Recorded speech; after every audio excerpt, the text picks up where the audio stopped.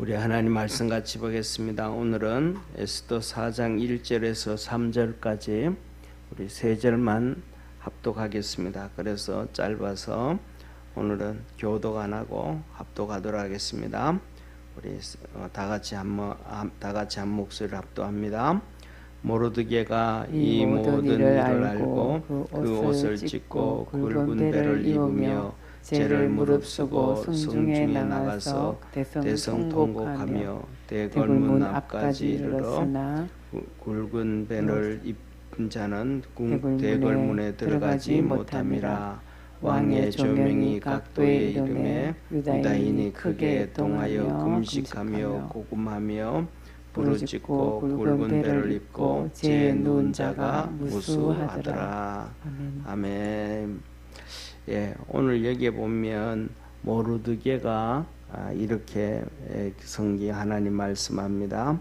옷을 찢고 굵은 배를 입고 죄를 무릅쓰고 그래서 하나님 앞에 이렇게 뭐라 그럴까, 하나님 앞에 회개하는 모습을 세상에 다 보여주며 성중에 나와서 크게 대성 통곡을 하고 굵은 배를 무릅쓰고 이제 궁궐까지 진행을 합니다. 그 다음에 두 번째로는 이 아하수에로 왕의 조서가 조명이라 그러잖아요. 조서와 명령력, 이것이 각도에 다 퍼지게 되니까 유다인들이 크게 애통을 하고 금식하고 고금했다. 이 말은 슬프게 울었다 이 말이에요. 그렇게 하고 슬프게 울고 하나님 앞에 부르짖어서 기도하겠더라. 또 많은 유대인들이 굵은 베옷을 입고 죄에 누운 자가 무수하더라. 이렇게 말씀을 하고 계셔요.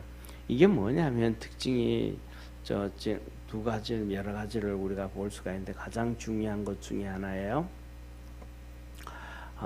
북이스라엘이 망하고 남쪽 유다가 망하고 그 망할 때에 성전 파괴가 되었다 그랬잖아요. 그리고 난 다음에 이스라엘 백성은 끊임없이 어려움을 당했는데 이것이 바로 에스더에서 나오는 것이 부림절입니다. 부림절. 그래서 부림절인데 이스라엘 백성들에게 있어서는 첫째로는 우리가 유월절이라는 걸 알죠, 그죠? 유월절은 애굽에서 출애굽해서 애굽의 종살이에서 벗어나서 가나안 땅에 가서 복을 받은 사건을 얘기합니다. 이게 유월절이에요. 그 다음에 이 부림절은 바로 애굽 시대가 아니고 이 페르시아 시대 때에 죽음의 위기에서 벗어날 수 있었던 것이 부림절입니다. 그러니까 어느 시대든지 간에 어려움이 찾아온다라는 것이고, 이것이 뭐냐면 성전 파괴가 되어진 날을 기점으로 해가지고 중세시대 1200년 동안, 그리고 그 이후에도 똑같습니다. 이 유대인들에게 있어서 2차 세계대전까지 히틀러의 유대인 학살까지 그 모든 일들이 이 성전 파괴 일에 이루어지는데 특징이 하나가 있습니다. 역사를 좀 이렇게 보면 이 부림절에는 이스라엘 백성들이 어려움을 이겨갔습니다. 그런데 그 뒤에 예를 들면 중세시대에 프랑스에서 유대인들 추방 명령과 살인 사건, 그 다음에 여자들 그런 이렇게 간음 사건들, 그 다음에 스페인에서 또 그런 사건들, 하여튼 그런 것들이 수도 없이 이렇게 진행되어 오는데 그때마다 유대인들이 이렇게 기도하고 해서 이긴 적이 없어요. 오직 거의 유일하게 바로 이 페르시아 시대의 에스더에 기록된 부림절만 그렇게 타격 없이 유대인들에게 어려움 없이 이걸 넘어가게 되어져요. 그 이유가 뭔가 우리는 그걸 알아야 돼요. 그래서 뭐냐면 역사를 이렇게 보면서 성경을 보면서 우리 믿음의 성도들이 그 하나님의 은혜 안에서 진리 안으로 이렇게 달려갈 수 있는 그런 축복의 성도가 되기를 바랍니다. 그럼 왜 그런가 하면 이유가 한 가지예요. 오늘 여기서도 보면 모르드게는 수산성의 이 도시에 있고 수도에 있고 127도에 흩어져 있던 유대인들도 거의 뭐 다르지 않고 똑같이 애통하고 금식하고 슬퍼하고 하나님 앞에 부르짖고 굵은 베옷을 입고 제에 앉아 있고 누워 있고 똑같은 현상이 나타난단 말이에요. 뭐 너 이거 해라 그래서 하는 것도 아니고, 너 금식해라 그래서 하는 것도 아니고, 모르드게가 금식하고 하니까 우리도 금식하자, 모르드게가 베옷을 입고 슬퍼하니까 우리도 그렇게 하고 슬퍼하자, 그러지가 않아요. 지금 쉽게 말하면 더 엄밀하게 얘기하면 모르드게가 궁궐에서 일을 하는데 그 127대 흩어져 있는 유대인들이 이 모르드게가 거기서 일을 하고 있는지 안 하고 있는지도 사실은 몰라요. 예를 들면 우리나라에서 누가 뭐 어디에서 정부 요직에서 일을 한다 그러면 다 아는 사람 없잖아요. 몰라요. 그러니까 이런 사건이 터질 때 왜 이들이 한 마음이 되었나라고 얘기하면 한 가지, 첫째로는 신앙이 살아 있었다라는 거예요. 저와 여러분, 우리가 살아가면서 어려운 문제가 우리가 어려운 문제를 하고 있는데, 나중에 그 어려운 문제가 우리의 삶 속에 어려운 문제가 탁 들어왔을 때, 그 어려운 문제가 들어왔을 때 성도들이 두 종류의 성도들, 뭐 여러 가지 성도 종류 있지만 크게 나눠서 두 종류의 성도들이 나타나게 됩니다. 첫 번째로 무슨 어려움이 터졌을 때 자기가 침묵하고 하나님 앞에 부르짖고 기도하고 엎드리는 성도가 있고, 그것을 뭐 쉽게 말하면 세상으로 얘기하면 가족 탓하고 남편 탓하고 아내 탓하고 세상 탓하고 그다음에 뭐 직장과 일도 탓하고 그 오늘날 살아가는 경제가 안 좋아서 그렇다 뭐 환경 탓하고 무슨 탓하는 경우 나오잖아요. 그죠? 그 특징이에요. 그게 뭐냐면 그 탓을 하는 사람들은 신앙이 살아있지 않은 거예요. 다시 말하면 모양은 열심히 교회 다니기도 하고 봉사도 하고 섬기기도 했는데 그 중심에 믿음은 보여요, 안 보여요? 안 보인단 말이에요. 그러니까 믿음이 죽은 상태지 믿음이 살아있는 상태가 아닌 거예요.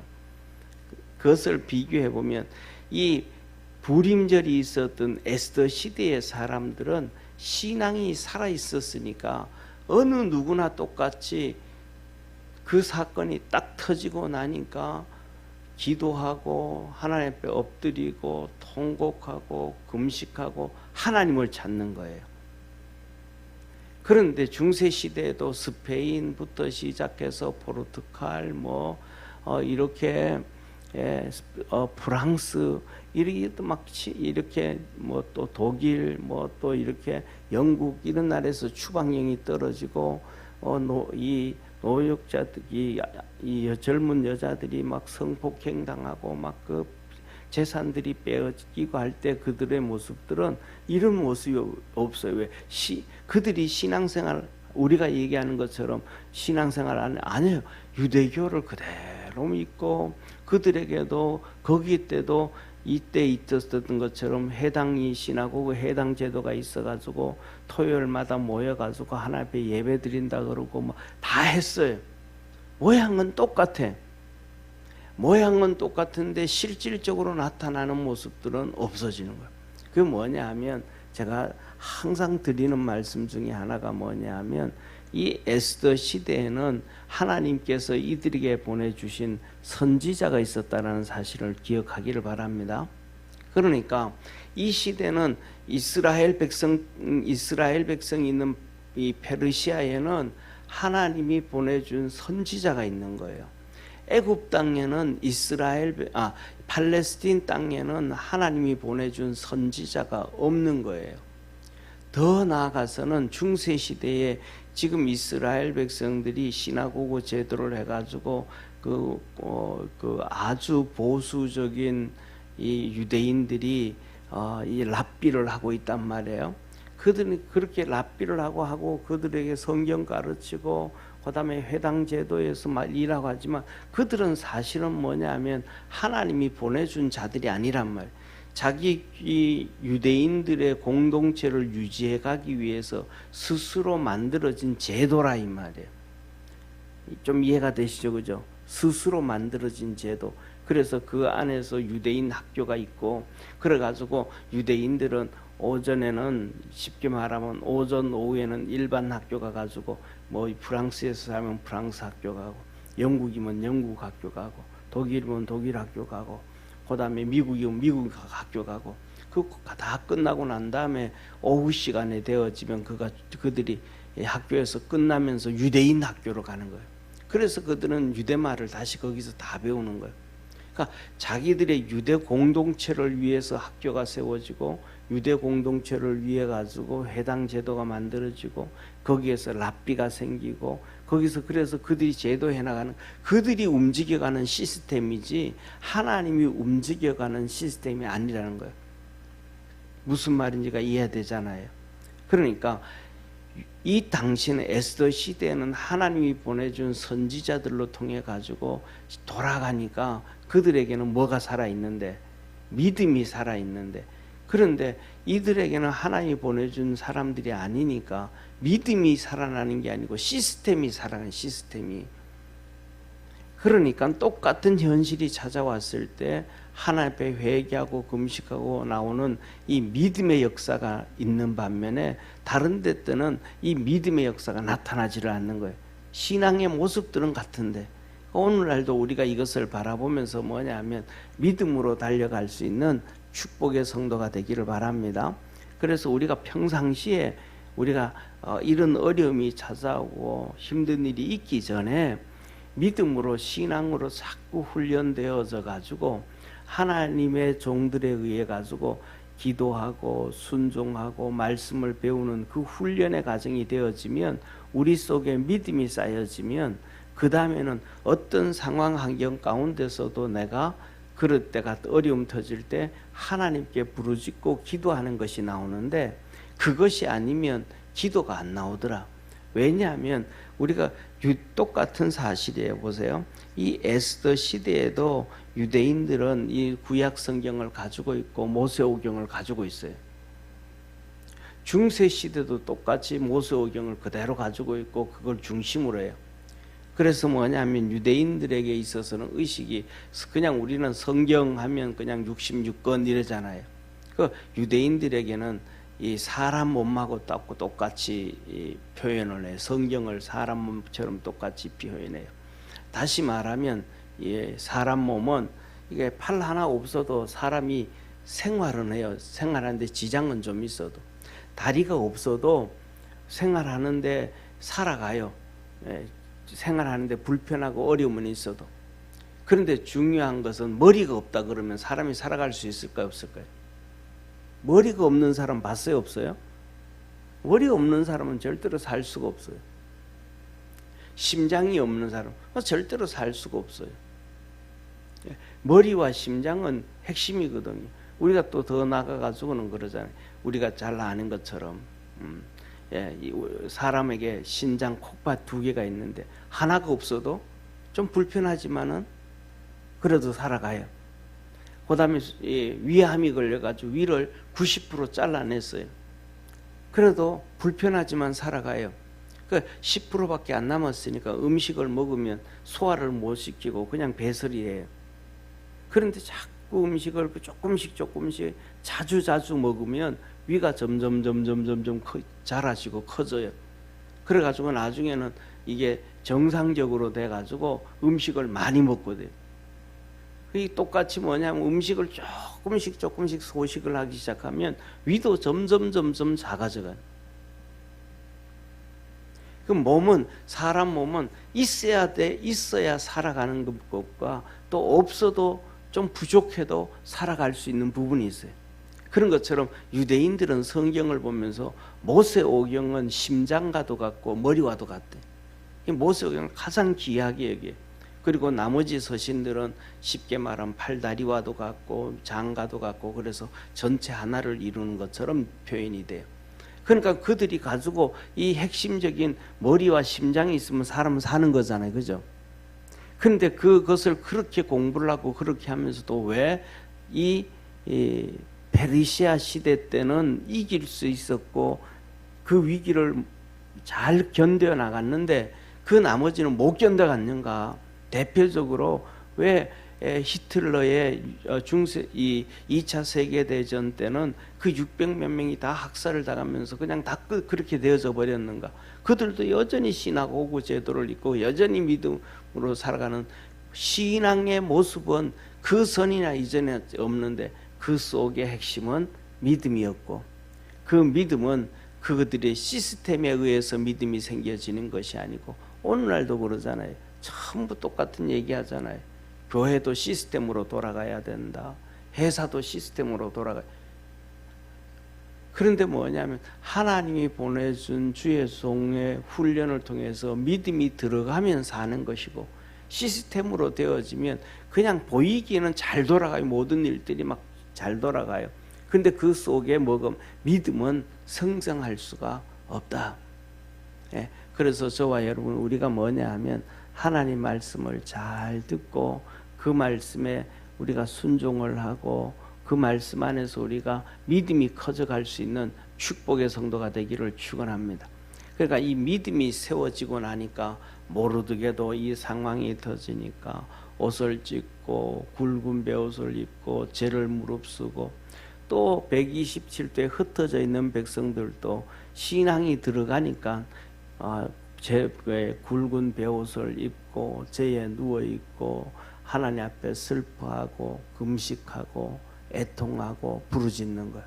그래서 오늘 이 새벽에 말씀, 하나님이 우리에게 주시는 메시지 중에 첫째로는 우리가 평안할 때에 믿음으로 무장해라. 신앙의 생활, 신앙의 모습을 갖기 전에 믿음을 가져야 된다. 그 믿음은 하나님의 종들을 통해서 주신 그 말씀을 붙잡고 우리의 믿음을 키워갈 수 있는 성도 되어지기를 축원합니다. 그래서 로마서에 정리해 놓잖아요. 뭐라고 이렇게 말씀을 하셔요. 듣지 아니하는데 어떻게 믿을 수가 있냐? 믿지를 아니하는데 어떻게 부르짖을 수가 있냐? 그러니까 시스템을 통해서 교육이 되어지면 그런 것 믿음이 없으니까 그게 안 된다는 거예요. 그런데 하나님 말씀을 듣기 시작하고 순종하기 시작하고 따라가기 시작하다 보면 믿음이 커져가게 되어지더라.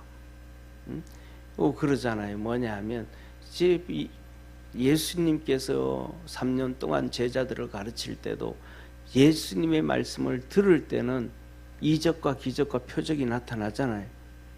그런데 제자들도 예수님이 하시는 말씀을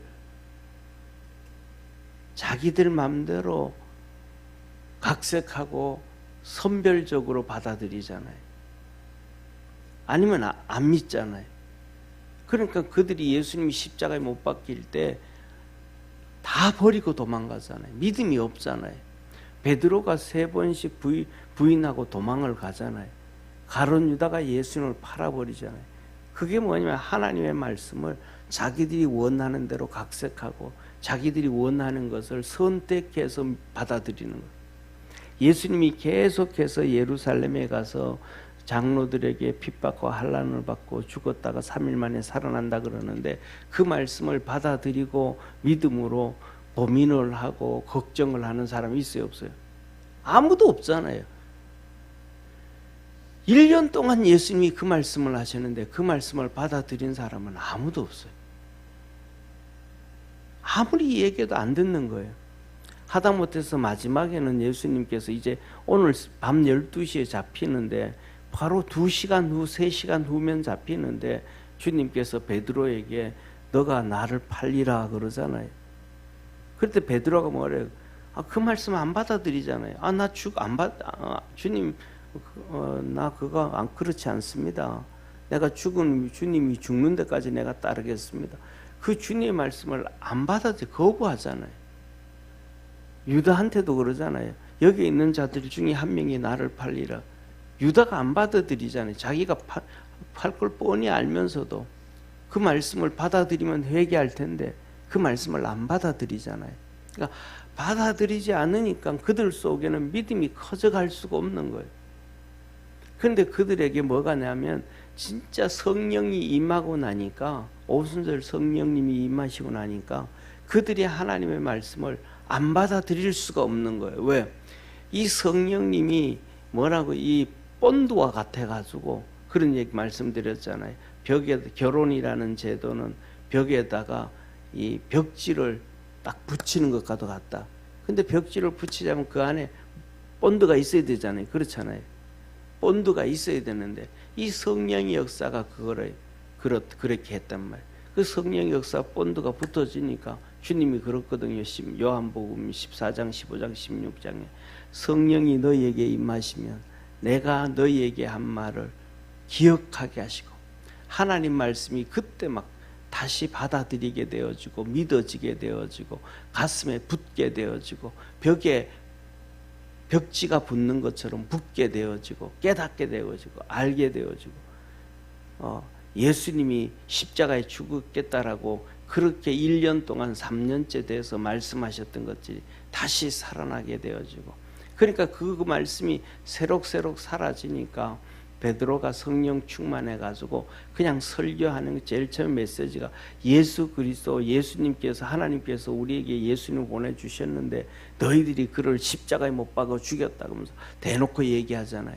그러니까 성령이 임하시면 첫 번째 사건이 방언을 하고 무슨 사건이 되어지기는 그건 은사고 하나님의 말씀이 내게 붙어서 그 말씀을 믿게 하고 그 말씀을 붙잡고 하고 그 말씀대로 살아가게 하셔서 우리에게 믿음이 커져가게 되어짐을 기억하기를 바랍니다.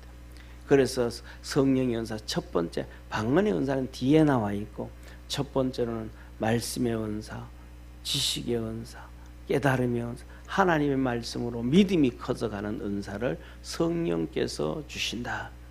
그래서 우리 믿음의 성도들 오늘 본 말씀처럼 유대인들도 똑같이 그 흩어졌던 주님께서 보내준 선지자들의 말을 듣고 믿음으로 무장했던 것처럼 우리 성도들도 믿음으로 무장할 수 있기를 축원합니다. 그 다음에 두 번째로는 하나님의 말씀을 들을 때에 그것이 순종해서 내 믿음을 키워가는 성도 되어지기를 바랍니다. 첫째로는 믿음을 가져야 되는데 두 번째는 그 믿음이 커져가는 방법은 하나님 말씀을 듣고 그 말씀을 순종할 때만이 믿음이 커져간다. 그래서 우리는 어려운 상황에서 이기게 된다. 이것이 바로 뭐냐 하면 세상에서 얘기하는 시스템이 아니고 살아있는 생명체이다. 그래서 이런 얘기 하잖아요. 오늘날에는 전부 농사를 지어도 시스템으로 농사를 짓는다고 하잖아요. 그죠? 하우스를 이렇게 만들어 놓고도 거기다가 뭐냐면 야채를 키울 때 상추를 키울 때도 흙에다 심지 않고 그냥 물에 심어가지고 물에 영양분이 쭉 가게 해가지고 그냥 때되면 따고 이런 데잖아요. 그런데 중요한 것은 뭐냐면 오늘날 그런 시스템으로 되어지는 이 농산물과 옛날 방식 그대로 땅에다 심어가지고 태양빛을 보고 그 다음에 바람을 맞고 그 다음에 비를 맞고 정상적으로 큰 것과 비교를 이렇게 비춰서 보면 이 하우스를 통해서 현대과학으로 시스템으로 키운 이 야채들이 더 보기 좋고 잘 자랐고 먹음직스럽잖아요. 그런데 그 성분은 20배 차이가 난다 그러잖아요. 노지에 그냥 자연 그대로 한 그것과 이 하우스 시스템으로 된 것과는 그렇게 20배 이상의 차이가 난다. 이런 얘기를 하잖아요. 그런 것처럼 뭐냐 하면 우리 교회 안에서도 시스템으로 돌아가서 이렇게 하면 우리가 볼 때는 정말 좋은 믿음 가지고 있는 것처럼 보이고 잘하는 것처럼 보이고 멋있다라고 하는 것처럼 보여질지는 있지만 똑같은 신앙의 모습이니까. 그런데 실질적으로 이런 바람이 불고 풍랑이 치고 어려움이 찾아왔을 때는 그것들은 그런 하우스에서 시스템으로 키웠던 것들은 그냥 다 망하는 것처럼 우리의 신앙도 그렇게 될 수밖에 없던 것이 이스라엘의 역사를 통해서 우리에게 보여주신 사건이다. 그래서 이 오늘 에스더에서 승리의 역사가 이루어졌고 회개의 역사가 있고 믿음의 역사가 있었던 것처럼 우리 성도들의 삶에도 그러한 역사가 있기를 축원합니다. 기도하겠습니다. 전능하신 하나님 아버지, 믿음을 가진 사람은 이신전심입니다. 환경이 다르든지 똑같든지 떨어져 있든지 가까이 있든지 간에 똑같은 모습을 보여줍니다. 그의 믿음이 하나이기 때문입니다. 에베소서에 주님 말씀하시기를 하나님과 우리 사이의 중보도 하나요, 성령님도 하나요, 세례도 하나요, 구원도 하나요, 믿음도 하나라. 그렇기 때문에 시공간 상황 환경 여건이 다 달라도 이렇게 모습들은 똑같이 옷을 찢고 굵은 배를 입고 죄를 무릅쓰고 금식하고 애통하고 슬퍼 울미고 부르짖어서 하나님 앞에 간구하는 그 모습이 동일합니다. 왜? 믿음의 역사는 동일하기 때문입니다. 그리고 그 다음에는 그 어려움을 이기고 축복의 문들이 열려지는데 우리 믿음의 성도들도 다 그렇게 살아갈 수 있게 하시고 그렇게 하나님께 영광 돌리게 하옵시고 그렇게 삶이 복되어지는 축복의 성도들 되게 하옵소서. 구원하신 예수님의 이름으로 축복하며 기도드립니다. 아멘. 하늘에 계신 우리 아버지여, 이름이 거룩히 여김을 받으시오며 나라에 임하옵시며 뜻이 하늘에서 이룬 것 같이 땅에서도 이루어지리다. 오늘날 우리에게 일용할 양식을 주옵시고 우리가 우리에게 죄인 자를 사하여 준 것 같이 우리 죄를 사하여 주옵시고 우리를 시험에 들게 하지 마옵시며 다만 악에서 구하옵소서. 대개 나라와 권세와 영광이 아버지께 영원히 싸움나이다. 아멘.